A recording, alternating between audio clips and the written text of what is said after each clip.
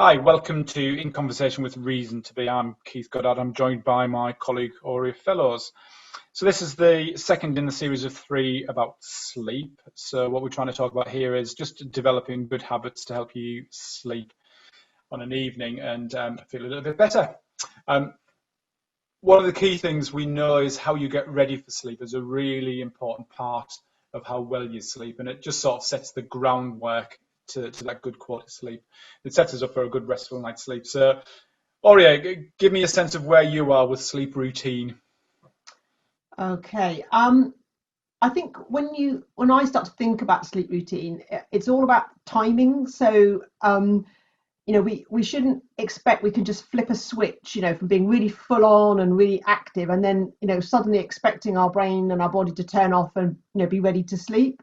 So we need to sort of have a transition period when we can sort of change gear, and we can explicitly signal to our body and our brain that now we are intending to be going to sleep sometime soon, to allow it to kind of get ready and do what it needs to do. And so I think for me, the most important thing is then to work back literally from the time you're intending to get up.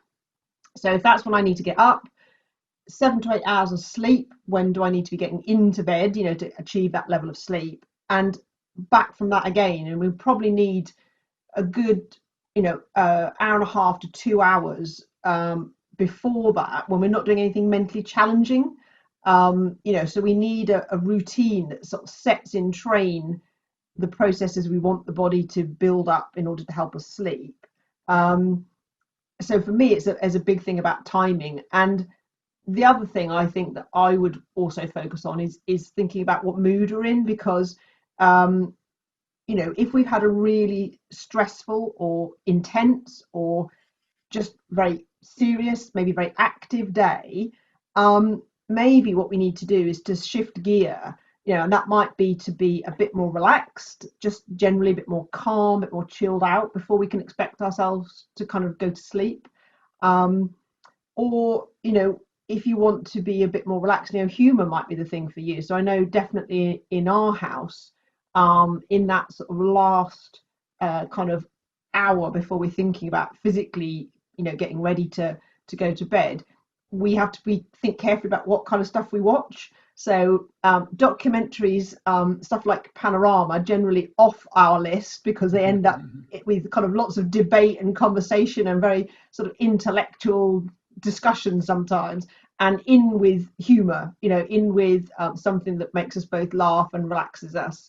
And so that's one thing in our house that we definitely pay attention to. But also screen time, I think, in that period is something that, would be important to think about, because, we get a lot of blue light from, all the screens that we look at, whether that's TV, laptop, phone, whatever it is, and that can really impact on our ability to get to sleep, because it sort of has an impact on our melatonin production, which is very affected by light levels. So also not just thinking about, what we do, but also the mechanism by which we do that. So maybe listening to music might be more effective for some people than looking at screens. And light levels generally, so perhaps dimming the lights, because the physical environment that we're in, can really be helpful or unhelpful, as we start to think about bed as well. So I know that there are lots of other things in the physical environment that would play a role, and light's just one of those. So in that physical environment, Keith, what would you be paying attention to? What really stands out for you in terms of that side of things?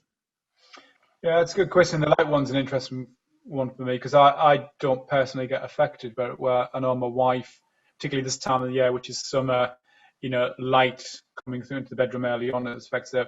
But I think the I feel a bit of a fraud really talking about this because I get to sleep really quickly. My wife laughs at me that before my head hits the pillow, I'm asleep. It's the consequences of that for her. That's a worrying thing because one, I snore.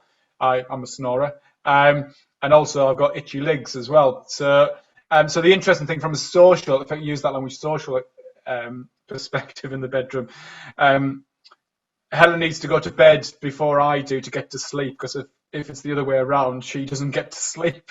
So I guess there's just a little thing about thinking about, I guess, put it onto me, my impact on her social sleep environment. I think the reality of our home life, I'm a bit of a night owl, so Helen generally will go to bed a lot earlier than me, and she'll be sound asleep, which more often that works really. So I think there's just a little bit about, as your unit, whatever that looks like, is how might you impact on each other, in sort of the bedroom space, I guess. And I think, particularly for this podcast, is thinking about just before you go to bed. And I think you mentioned mood earlier. I think there's a bit about just thinking about what type of day have you had socially, or connectedness with people, really, and what bearing does that have on your mood and your mindset before you go to bed. So I think there's a bit around actually, what's your social day look like, what impact, and a little bit about what you said about, your pre-sleep, your pre-bed routine, putting the day to bed, etc. I think there is a little bit about just general social well-being in your day. So I think, there's a big thing about hug more, say thank you more, say I love you more, all the type of good stuff, which sounds a bit flouncy, but actually it's the more the caring kindness side of our human spirit that it's worth just bearing a little bit in mind that if that hasn't been good during your day, then you need to probably think about that and how do you reset that, I guess. So there's a little bit around that. I think for me, there's an old adage. This isn't my adage, so I don't really claim to it. But bedrooms are for sleep and for sex. So socially, you've got to think about each other. If someone's a bit of, like, say, enjoys TV, a little bit of TV before they go to sleep, and you don't, have you just got into a habit that that's what they do, and is it affecting your sleep, or vice versa? So I guess we all fall into habits. I won't call them good or bad habits, but I think it's partly just standing back a little bit and saying, okay, if I'm not having a good night's sleep, a restful night's sleep, are there things that we're doing together or separately in the same room that might affect us? And how do we preempt that before we go to bed? And how do we have a productive conversation about how I'm affecting my wife's sleep? So I think there's a bit about that. I think we just know, actually, if we go to bed emotionally charged, that is going to affect our sleep. So I think the one piece of advice I would give everybody, myself included, I guess, is just think about what the last thing you said to your other half is, and definitely don't go to bed on an argument. So talking of adages, that old adage, my mother always used to say that to me, don't go to sleep on an argument, because of that emotional turmoil that we create for ourselves. Is a really interesting one. And that made me also think about other things that we might want to sort of close off before we try and get to sleep. So one of the things that I think can be really helpful is this whole idea of closing the book on the day. Maybe at the, I was talking about that wind down time, and maybe even before we try and get into wind down, we actually close off, everything that we've been really actively thinking about during the day. Maybe journaling down sort of highs and lows, as a way to sort of capture, emotionally how we feel about stuff and just get it out of our head and onto paper. But also, for me, there's a real practical bent. For me, I like to look at my schedule for the following day and actually make sure that I feel, I've done a bit of a prioritization. I know what's coming. So I can sort of reassure my brain. It doesn't have to keep thinking about tomorrow, because it's all kind of ready to go. And there's nothing that's hanging over from today that I might be keeping on sort of niggling. So that whole idea of trying to get our brain to calm down by putting aside things that are unhelpful because we're sort of dealt with them, I think, that's also a key part before we even try and get into like our full-on sleep wind down, because you put it all to one side. And that also just, that idea of journaling can also be helpful, like literally when you're in bed, just before you're literally putting your head down on the pillow, especially things around gratitude. So again, this idea of putting ourselves in a really positive mood and frame before we try and sleep by capturing the three things, that we are grateful for or pleased about, or just being really positive. And sometimes that can be quite challenging if you had a really tough, challenging day, finding those three things. But it does mean that your mindset is on those things, like literally just before you're going to try and get to sleep. So I was just thinking on that practical note, Keith, is anything else that you think you would kind of be drawing on to get yourself ready to be, falling asleep quickly? Yeah, I think there is. I think I'm sort of big into sort of simple steps and making your life easy, I guess. And for those that know me and work with me, I'm a big fan of breathing. One, because it keeps us alive, but people that work with me know breathing. I always call it psychological core. So I think there is a bit about that pre-bed getting ready of just taking a little bit of time just to anchor ourselves and use some good deep diaphragmatic belly breathing. And hopefully during the day you've been doing this anyway, so every hour doing about a minute. So that's your daily stuff. But in an evening, just when you're starting to think about, right, I need to go upstairs, do my pre-bed routine, is just spending, doesn't have to be long, 2-3 minutes, getting yourself in a nice comfortable position, whether it be sitting, standing, laying on the floor, and just doing some good deep diaphragmatic breathing. And that could be in conjunction with, some people like to do 5-10 minutes yoga, 5-10 minutes Pilates, some stretching. So incorporating with something else that you might be doing anywhere. So I think that one for me was just a bit of an obvious one with that. I think you mentioned earlier at the front end of this podcast story about mood and mood lifters and shifters. So I think part of it is the awareness of what mood am I in, and what's a better mood to be in to get to sleep. So a bit like you, humour. So I'm a bit of an addict of some of the more, have I got news for you, QI, all that type of thing, which is my thing. So it just makes me laugh, and then 8 out of 10 cats do countdown.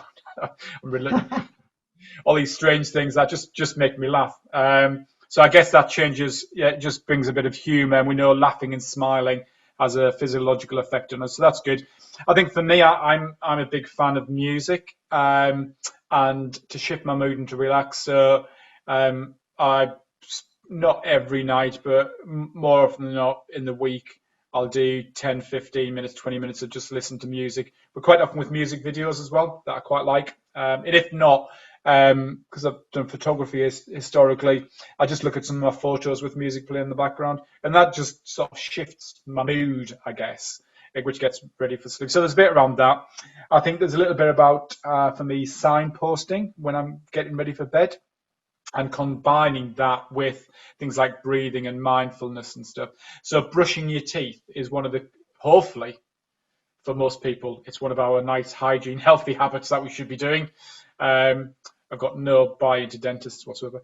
But brushing our teeth is a good signpost for getting ready for bed. So combining it with, a bit of breathing, if you can do both together.